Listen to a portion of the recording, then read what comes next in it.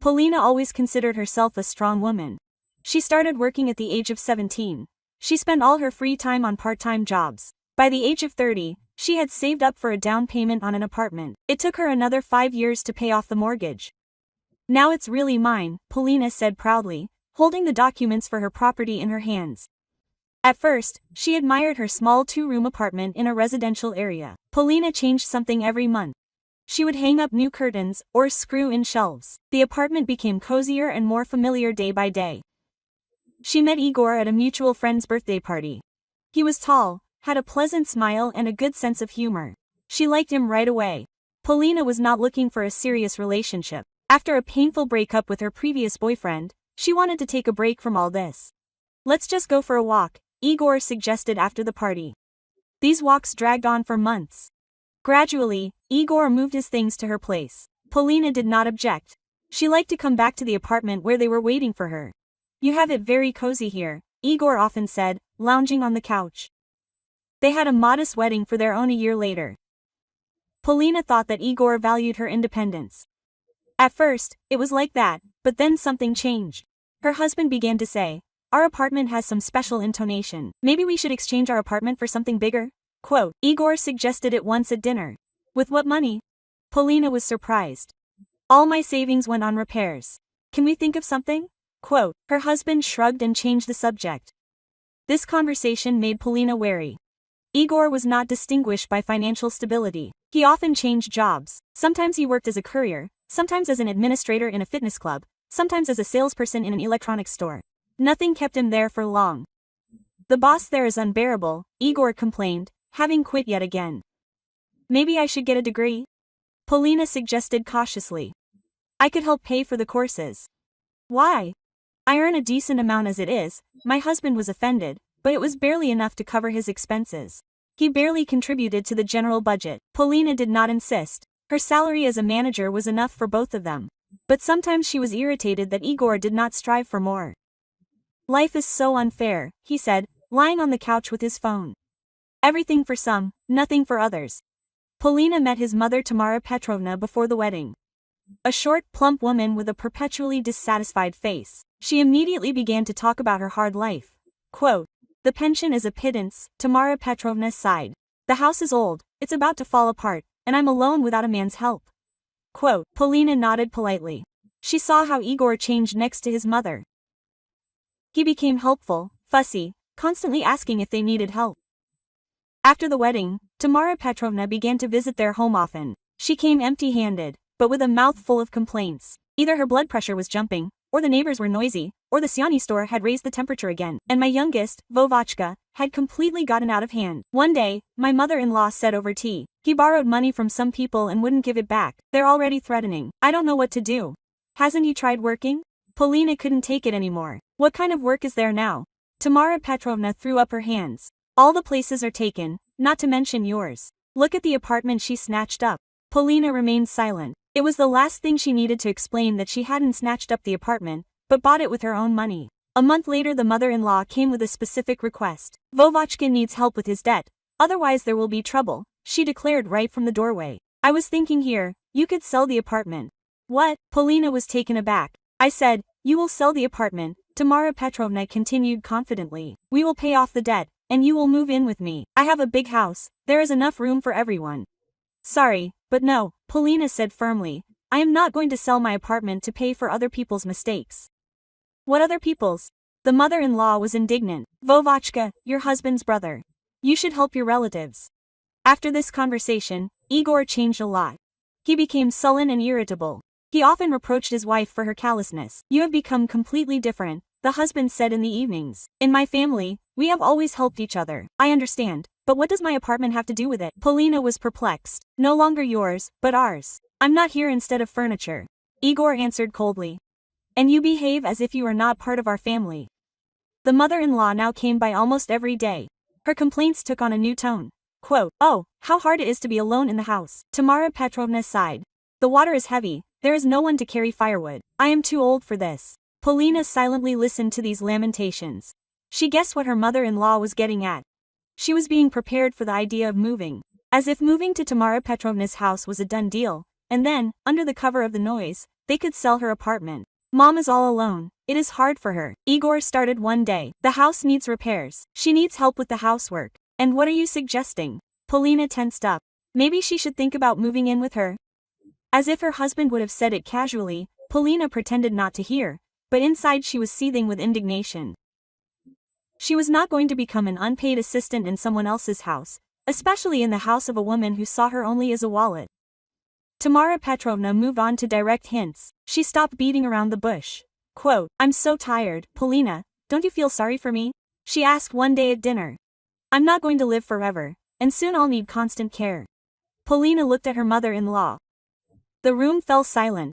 Igor froze with his fork halfway to his mouth. The husband was clearly waiting for his wife's answer. Polina exhaled slowly and said calmly, that's what social services are for. Tamara Petrovna's face slowly lengthened. Her mother-in-law's eyes widened in surprise. She clearly hadn't expected such an answer. The woman pursed her lips and threw up her hands indignantly. Social services? Tamara Petrovna asked again. Are you suggesting that I contact strangers? That's their job, Polina shrugged. They get paid for it. Tamara Petrovna sighed heavily. Her shoulders slumped and her face took on a martyred expression. Her mother-in-law sighed deeply and shook her head. This is what life has come to, the woman began to lament. Her own son married a heartless woman. Young people have become so cruel these days. Mom, don't, Igor tried to intervene. No, son, let your wife know. Tamara Petrovna did not calm down. We used to respect our elders, we took care of our parents until the last. Dinner was ruined. The mother-in-law soon left, casting a reproachful glance at her daughter-in-law. Polina silently cleared the table. The conversation was not finished. In the evening, Igor made a scandal. The husband rushed around the apartment and waved his arms. His face turned red with anger. Quote, how could you answer my mother like that? Igor shouted. She simply asked for help. She did not ask for help, Polina calmly objected. She wants us to drop everything and move in with her. What's wrong with that? The husband raised his voice. A normal wife should respect her mother-in-law, should support her parents and husband. A normal husband should also respect his wife, Polina retorted. And you didn't even ask my opinion. What is there to ask? Igor was indignant. Mom is alone, she needs help. It is natural for children to take care of their parents. Then why don't you move in with her yourself? Polina asked. Quote, why drag me into it? Igor fell silent mid-sentence. The husband looked at his wife in bewilderment. This option clearly hadn't occurred to him. Polina realized that she had hit the nail on the head. Quote, what, you don't want to live with your mom without me? She grinned. I wonder why. Instead of answering, Igor waved his hand and went into the bedroom. They spent the rest of the evening apart. Polina understood that the conversation had only just begun. Several days passed in tense silence. Igor tried not to cross paths with his wife. On Saturday morning, Polina was making coffee. Her husband entered the kitchen and sat down at the table. His gaze was somehow angry, unpleasant. Quote, sell your apartment, we're moving, he said in a tone as if the issue had been decided long ago. Polina froze. She didn't even immediately understand what she had heard. Indignation took her breath away. The woman slowly put down the spoon, wiped her hands with a napkin, and met her husband's gaze. Quote, and why should I sell the house? Polina asked, feigning innocence. Her husband chuckled. Quote, we'll pay off my brother's debt and mom's repairs and that'll be enough to live on. Pack your things, it's time to get ready to move. No, Igor, you're the one moving out, she said firmly. My mother's house. And don't let anyone count on my apartment. Igor jumped up from his chair. His face twisted in anger. The kitchen table rocked from the sudden movement. Quote, how dare you? Her husband shouted. Where have you ever seen a husband living separately? You're so stubborn, you're destroying our family. Our family? Polina grinned goyishly. But we had a family. You only think about yourself, Igor continued shouting. Normal wives support their husbands, don't abandon them in difficult times, and normal husbands don't try to take their wives' property. Coldly, Polina replied. Polina looked at Igor and didn't recognize the man she had married. How had she not noticed before? Her marriage had long ceased to be a partnership. Her husband perceived his wife as a wallet and a comfortable living space. This whole performance was for the sake of getting her apartment. Quote, pack your things, Polina said firmly, or they'll jump off the balcony. Are you normal at all? Igor was taken aback. Did you hear that? The woman nodded. Pack your things and leave. Polina resolutely walked into the bedroom, opened the closet and grabbed the first of her husband's things that came to hand. then threw them over the balcony into the street. Shirts and trousers flew from above onto the asphalt, from the wind. I'm not kidding. Get out. Igor rushed around the apartment. The husband tried to dissuade his wife. First he threatened, then he tried to persuade her. He even tried to cry. But Polina was adamant. Quote, "Leave the keys on the nightstand," she said. Igor collected the remaining things and documents in a suitcase and ran out of the apartment with a bang. The door slammed so hard that the chandelier rattled. Polina slowly sank down onto the sofa. Inside, a strange emptiness coexisted with relief. In the evening, the doorbell rang. Polina already knew who had come. Tamara Petrovna stood on the threshold, her face twisted with anger. Her mother-in-law stepped into the hallway without an invitation. "What have you done, snake?" Tamara Petrovna screamed. "You kicked my son out, threw out his things. You are completely out of your mind. Your son is to blame himself," Polina answered calmly. "And what about in sorrow and in joy? That is not how it is done in a family." Her mother-in-law did not calm down. "Do you only think about yourself?" "I only think about myself," Polina grinned. "And what were you thinking when they demanded that I sell my apartment?" Her mother-in-law choked with indignation. Tamara Petrovna opened her mouth to continue her accusations, but Polina had already closed the door in her face.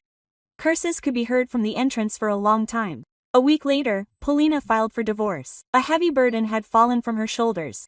The apartment belonged only to her again. Polina did not regret her decision. Sometimes she heard from mutual friends that her ex-husband and mother-in-law were complaining about her cruelty. Igor told everyone what a heartless wife he had, but Polina no longer cared. She learned to value freedom and peace. Quote, "I will not give everything that is mine to anyone," she told herself, returning to her own apartment.